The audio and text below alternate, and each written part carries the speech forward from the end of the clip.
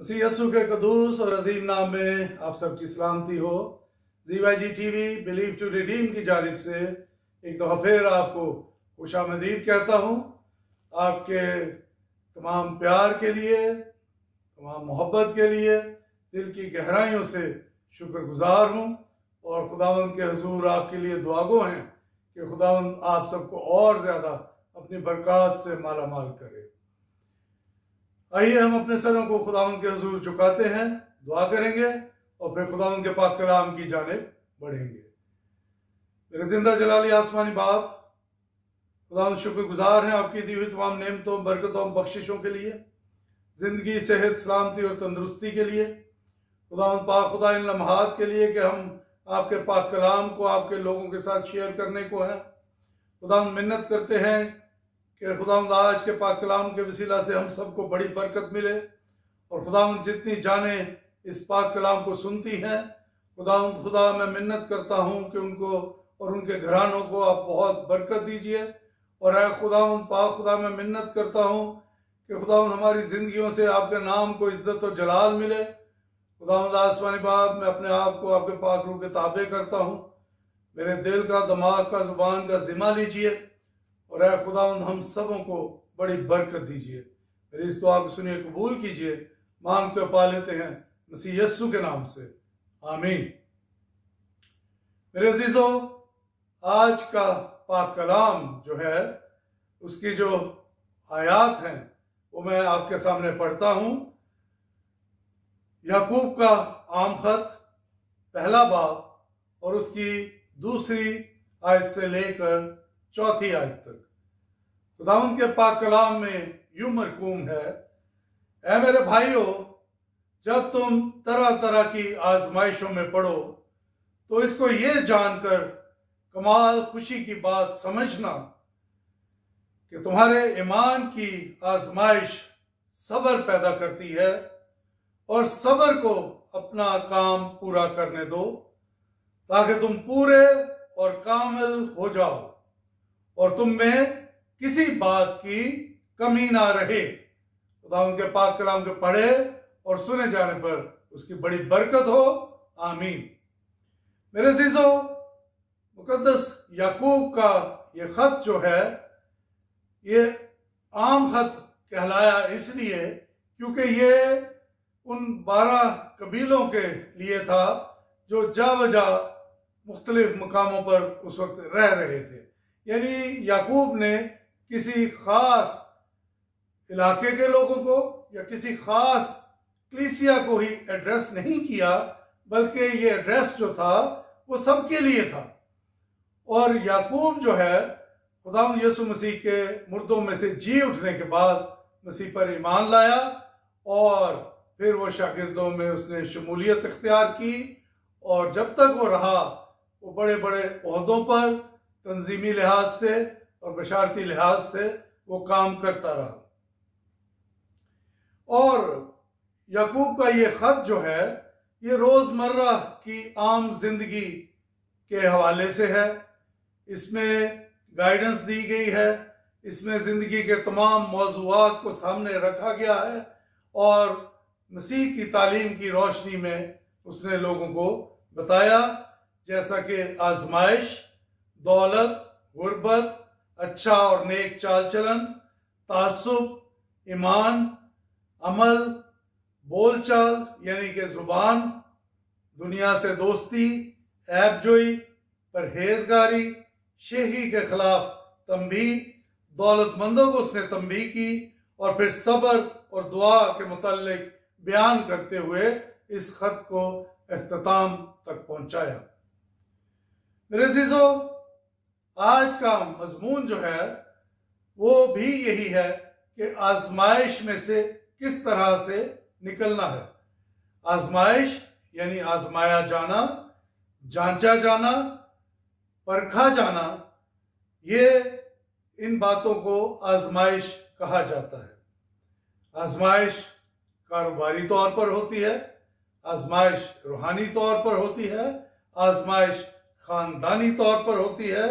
कलीसियाई तौर पर भी बाज़ दफ़ा इंसान आजमाइश में गिर जाता है, माशरती और मुआशी लिहाज से भी लोगों पर आजमाइश आती है। यानी कि कोई भी शख्स इस दुनिया में रहते हुए ये नहीं कह सकता कि वो आजमाइश से मुबर्रा है या उसके ऊपर आजमाइश नहीं आ सकती। हम खुदा के पाक कलाम में देखते हैं अहद अतीक में कि खुदा का बंदा अय्यूब, जिसके सब्र की मिसाल दी जाती है कि वो खुदा से प्यार करने वाला बंदा था, लेकिन वो भी आजमाया गया। इस हद तक आजमाया गया कि उसके दोस्त जो थे उन्होंने भी उसे कहा कि तुम किस खुदा की तुम ताजीम करते हो और तुम्हारे हाल देखो क्या है। और उसकी बीवी ने भी उसको यहाँ तक कह दिया, तो उसने कहा कि क्या ही ये मुमकिन है कि हम खुदा से अच्छी बातें ही पाएं और हमें कोई तकलीफ ना मिले। और वो साबित कदम रहा और उसने इस सारे अमल में, सारे प्रोसेस में, जिसमें उसके बदन जो है वो नासूरों से भर गया, जिसमें वो अपने ऊपर राख डालता था, अपने जिस्म को खारिश करता था, यानी कि इंतहाई कर्ब और अजियत की हालत में से वो गुजर रहा था, लेकिन उसने फिर भी अपने खुदा की इज्जत और उसकी तकरीम और उसकी ताजीम ही की। वो किसी लम्हे पे वर्गलाया ना गया, बल्कि अपने ईमान में मजबूत रहा। और फिर खुदा ने उससे जितनी बरकत उसको पहले खुदा ने दी हुई थी, उससे कई गुना ज्यादा खुदा ने अपने बंदा को बरकत से माला माल किया। इसी तरह हम देखते हैं नए अहदनामे में हमारे मुनज्जी खुदावंद यसु मसीह, उनको भी इब्लीस ने आजमाया। मत्ती की अंजील 4 बाब और उसकी पहली 11 आयत में इस पूरे वाक्य का जिक्र मिलता है, जहां लिखा है कि जब रूह यीशु को जंगल में ले गया, और लिखा है कि वो 40 दिन और 40 रात के फाके से था, और आजमाने वाले ने कहा कि अगर तू खुदा का बेटा है तो फरमा कि ये पत्थर रोटियां बन जाए। यीशु ने जवाब में उससे कहा कि आदमी सिर्फ रोटी से ही जीता ना रहेगा, बल्कि हर उस बात से जो खुदा के मुंह से निकलती है। और ये पहली आजमाइश थी या पहली बात थी जिस पर इब्लीस ने खुदा यीशु मसीह को आजमाने की कोशिश की। लिखा है कि फिर वो उसे मुकद्दस शहर में ले गया और हैकल के किंगरे पर खड़ा करके कहा कि अगर तू खुदा का बेटा है तो अपने ताई नीचे गिरा दे, क्योंकि लिखा है कि वो तेरी बाबत अपने फरिश्तों को हुक्म देगा और वो तुझे अपने हाथों पर उठा लेंगे, और ऐसा ना होगा कि तेरे पांव को पत्थर से ठेस लगे। यीशु ने यहां पर भी खुदा के पाक कलाम के जरिया से ही उसका मुंह बंद किया, और लिखा है कलाम में कि यीशु ने कहा कि तू खुदावंद अपने खुदा की आजमाइश ना कर। और तीसरी बात या तीसरा तरीका जिसके जरिए से इब्लीस ने खुदा यीशु मसीह को आजमाया कि वो खुदा यीशु मसीह को एक ऊंचे पहाड़ पर ले गया और दुनिया की सब सल्तनतें उनको दिखाई और उसकी शान शौकत उनको दिखाई, और उन्हें कहा कि अगर तू झुककर मुझे सजदा करे तो ये तमाम शान शौकत, ये तमाम दुनिया की चकाचौंध मैं तुझे दे दूंगा। यीशु ने उसे जवाब दिया कि ऐ शैतान दूर हो, क्योंकि लिखा है कि तू खुदावंद अपने खुदा को सजदा कर और सिर्फ उसी की इबादत कर। और खुदावंद का पाक कलाम ये बताता है कि उसके बाद इब्लीस वहां से चला गया। दूसरे लफ्जों में अगर हम कहें कि उसको मूंगी खानी पड़ी, और पाक कलाम बताता है कि खुदा के फरिश्ते वहां पर आए और आकर यीशु की खिदमत करने लगे। मेरे अजीजों, ये वो अजर है, जैसे हमने अयूब के हवाले से बात की कि खुदा ने उससे कई गुना ज्यादा बरकत दी। और यहां पर भी हम देखते हैं कि खुदा यीशु मसीह को वो इब्लीस ना उनको आजमाइश में डाल सका, ना उनको वर्गला सका। कोशिश उसने अपनी पूरी की, लेकिन खुदा बाप ने अजर दिया कि अपने फरिश्तों को भेजा जिन्होंने खुदा यीशु मसीह की खिदमत की। मेरे अजीजों,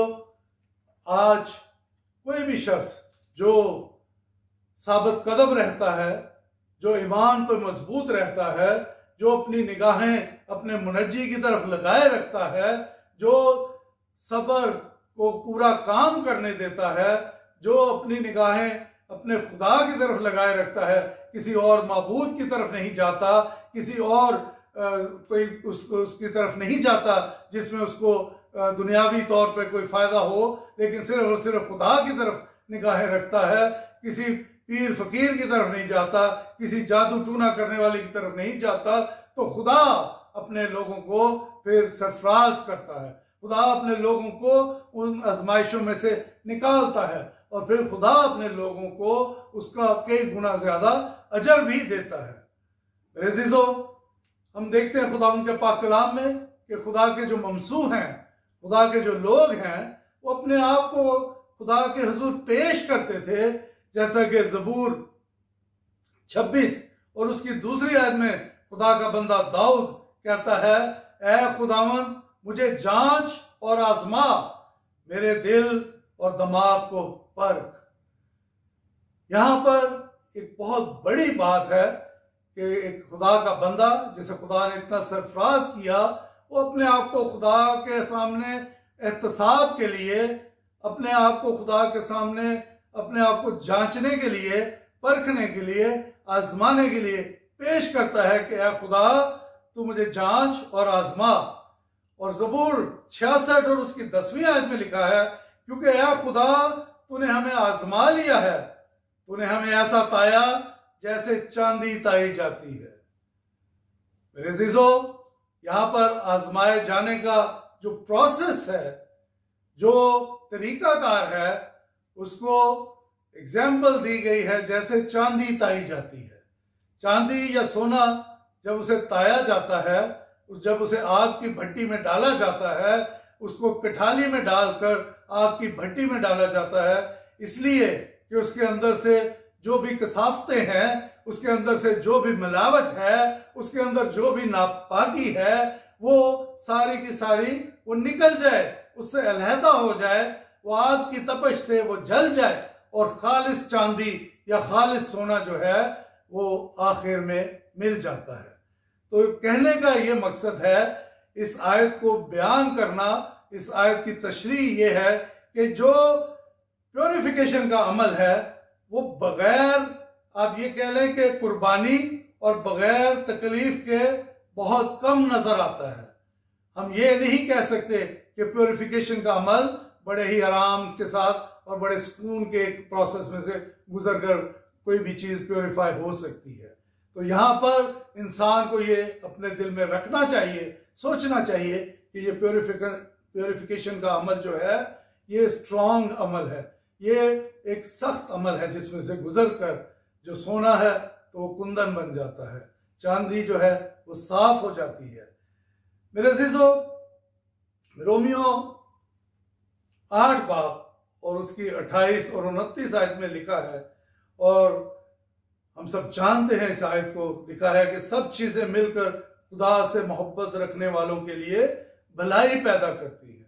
यानी कि जैसे कि हमारी मरकजी आयात जो है, मेन आयात, उनमें यही है कि सब्र को अपना काम पूरा करने दो ताकि तुम्हारे लिए बेहतरी हो, ताकि तुम साबित कदम रहो और तुम्हारे लिए बेहतरी आ सके। याकूब का खत 1 बाब और उसकी 12वीं आयत से लेकर 15वीं आयत तक हम देख सकते हैं, यहाँ पे लिखा है कि जो लोग सब्र से काम लेते हैं, आजमाइश आने पर सब्र करते हैं, खुदा की मर्जी को जानते हैं और सब्र को अपना काम पूरी तरह से करने देते हैं, बेदिल नहीं होते, तो खुदा उनके लिए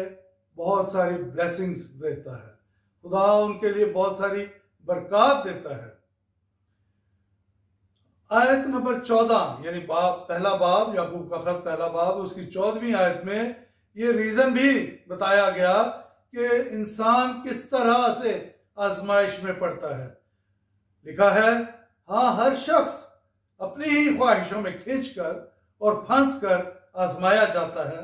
फिर ख्वाहिश हामला होकर गुनाह को जनती है और गुनाह जब बढ़ चुका तो मौत पैदा करता है। यह है वो रीजन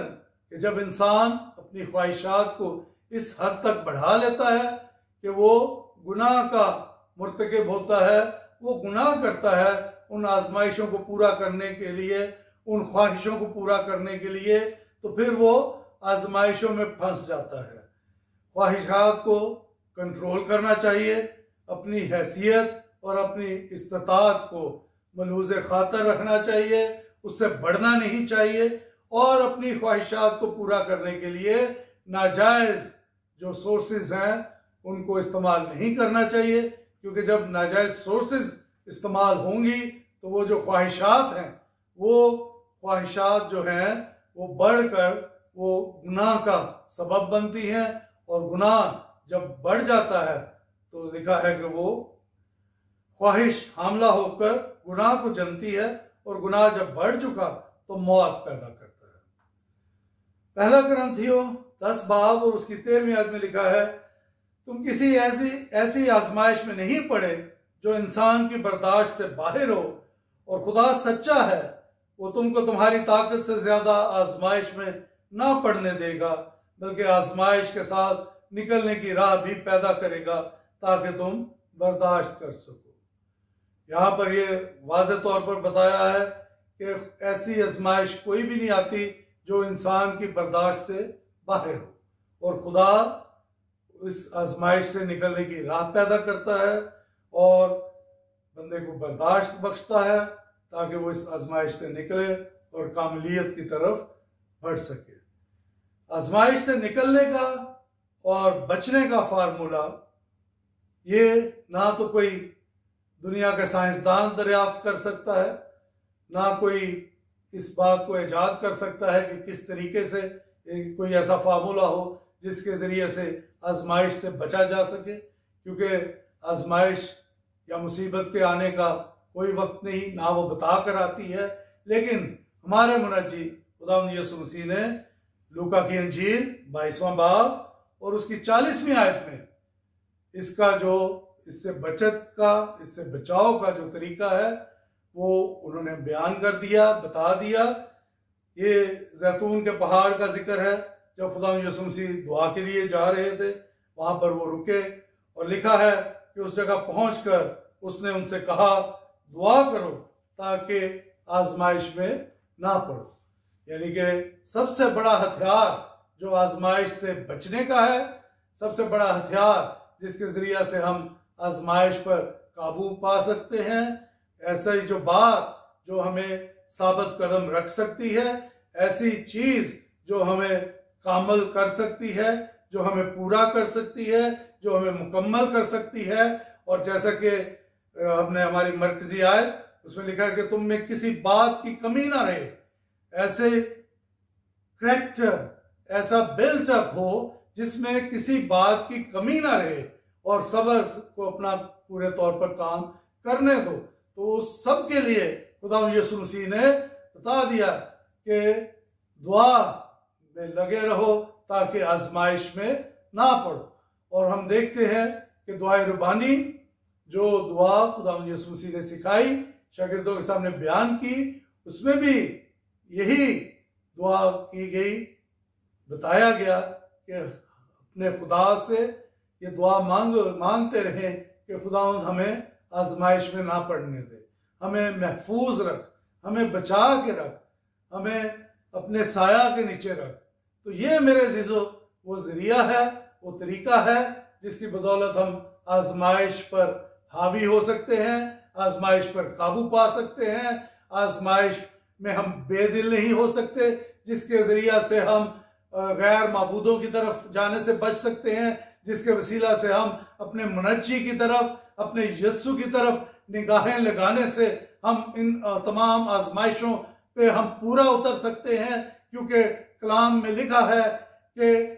ईमान के बानी कामल करने वाले यस्सु को तकते रहो, और जब यस्सु को तकते रहेंगे तो जैसे खुदा उनके पाक कलाम में लिखा है कि पतरस जब पानी पर चलने की उसने ख्वाहिश जाहिर की तो यीशु मसीह ने कहा कि तू आ जा, और जब तक उसकी निगाहें यीशु पर लगी रही तो वो पानी में नहीं डूबा। जब उसके दिल में शक आया तो वो पानी में डूबने लगा। फिर उसने कहा कि उस्ताद मुझे बचा। तो मेरे अजीजों, आज के पाक कलाम का मरकज, आज के पाक कलाम का महवर, आज के पाक कलाम का मैसेज, आज के पाक कलाम की आवाज वो ये है कि अपने मुनज्जी मसीह यीशु पर निगाहें लगाएं और दुआ में लगे रहें और किसी भी तौर पर अपने ईमान को मुतज़लज़ल ना होने दीजिए। बहुत शुक्रिया। खुदावंद आज के पाक कलाम के वसीला से हम सबको बरकत बख्शे। God bless you all.